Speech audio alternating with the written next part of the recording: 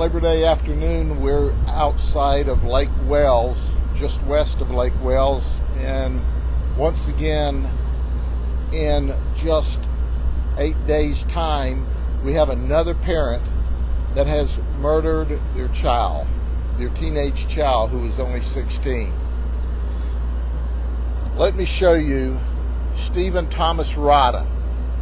Stephen Thomas Rodda is 37 years of age.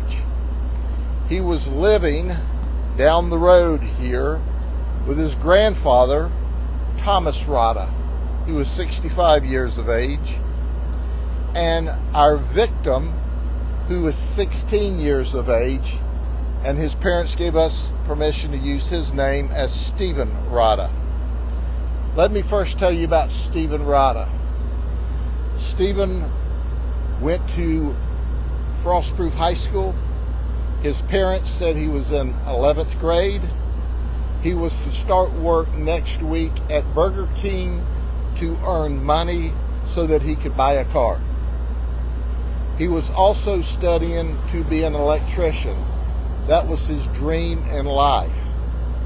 Stephen Rodda, who's 16 years of age, was a great kid. Not just a good kid, but a great kid. In fact, he was living with his grandfather to help him out while his grandmother was in rehab.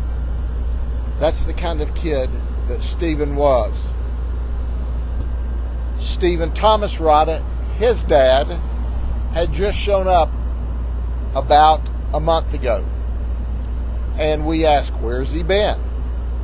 He's been in D.C., he's been in South Carolina, he's been in Ohio, he's been in Texas. There was even an outstanding warrant for Stephen Thomas Rodda in South Carolina, but South Carolina would not extradite. So he was unable to be arrested. Well, on this particular morning, Thomas Rodda, the grandfather, left about 8 o'clock to go visit with his wife in rehab. When he returned home about 11 o'clock today, he was met outside by our suspect, his son, Stephen Rodda, and his quote was, "I wouldn't go in there if I was you. I killed someone.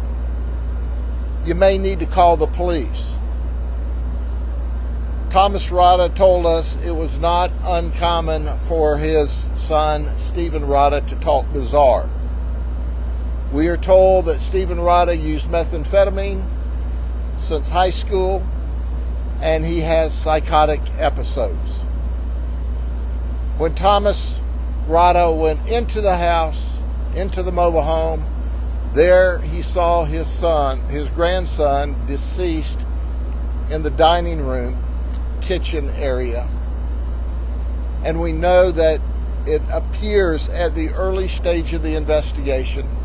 And as we always tell you, the information we give you this soon after an investigation is the best information we have. It's certainly subject to change. But at this time, it appears that our suspect, Stephen Thomas Rodda, used an angle grinder to kill his son. It breaks our heart. There aren't adequate words to explain how horrific this event is. I've talked to the grandmother, the grandfather, the parents are here.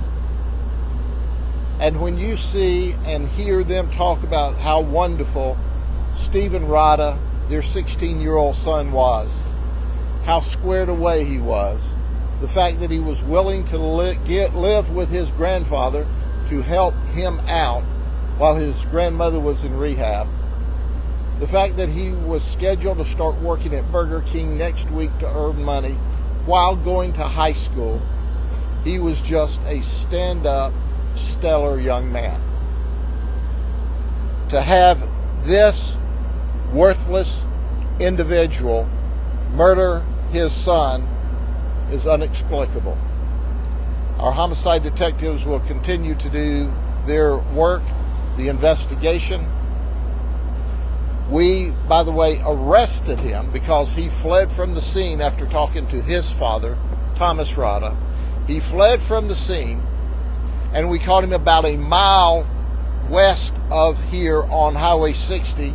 He was leaving the area. As I said before, he's been from Texas, South Carolina, Ohio, Washington, D.C. He moves around a lot. And after killing his son, he was leaving again. But our deputies, and you've heard me say they're the best there are any place, found him quickly and took him into custody. And when we took him into custody, he told our deputy, "You probably need to read me my rights." And that's exactly what we did. So he is in custody. The community's safe. We don't know yet why Stephen Thomas Rodda attacked and murdered his son, Stephen Rodda. That's under investigation. But our prayers are with the family. And I want you to know that the world lost a great young man today.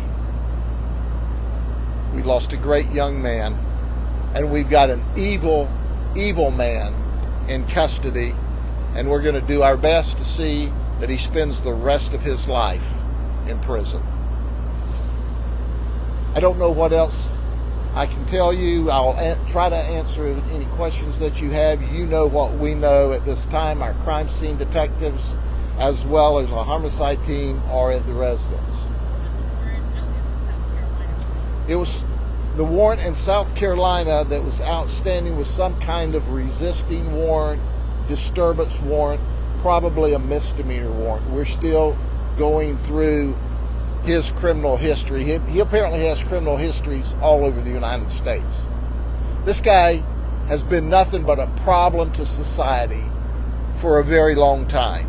A very long time.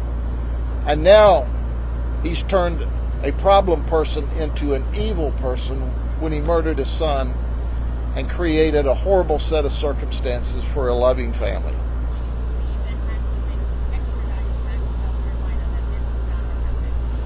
Certainly, if he'd have been in South Carolina, if that warrant had been available nationwide, he wouldn't have been here today, we hope. Depending on when we found him and extradited him, theoretically he could have posted bond and come back. So that's really a hypothetical.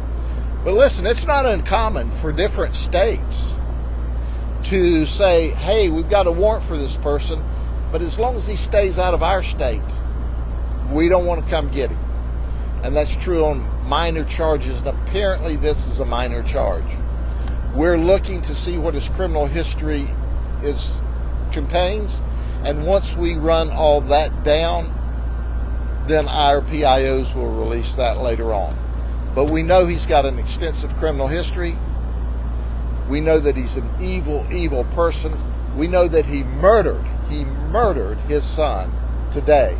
And that son was a beautiful 16-year-old person. A beautiful 16-year-old person who was just a great kid. Did the family report him having a violent history? Excuse me, I can't hear you. Did the family report him having a violent history? The family has reported that he's psychotic. He's got a history all the way back to high school of using methamphetamine. I don't know that about any Baker Acts or mental health evaluations, but he's just an evil person. And you go, well, he might have had a mental health issue. Well, of course he did. People don't murder people unless they're nutso. So anybody who murders somebody has a hitch in their giddy up. That doesn't mean they're criminally insane. It just means they're evil and they're mean, and when things don't go their way, they kill people. So he told his father, hey, I've killed somebody in the house, you don't want to go in there? And then he takes off, he's leaving.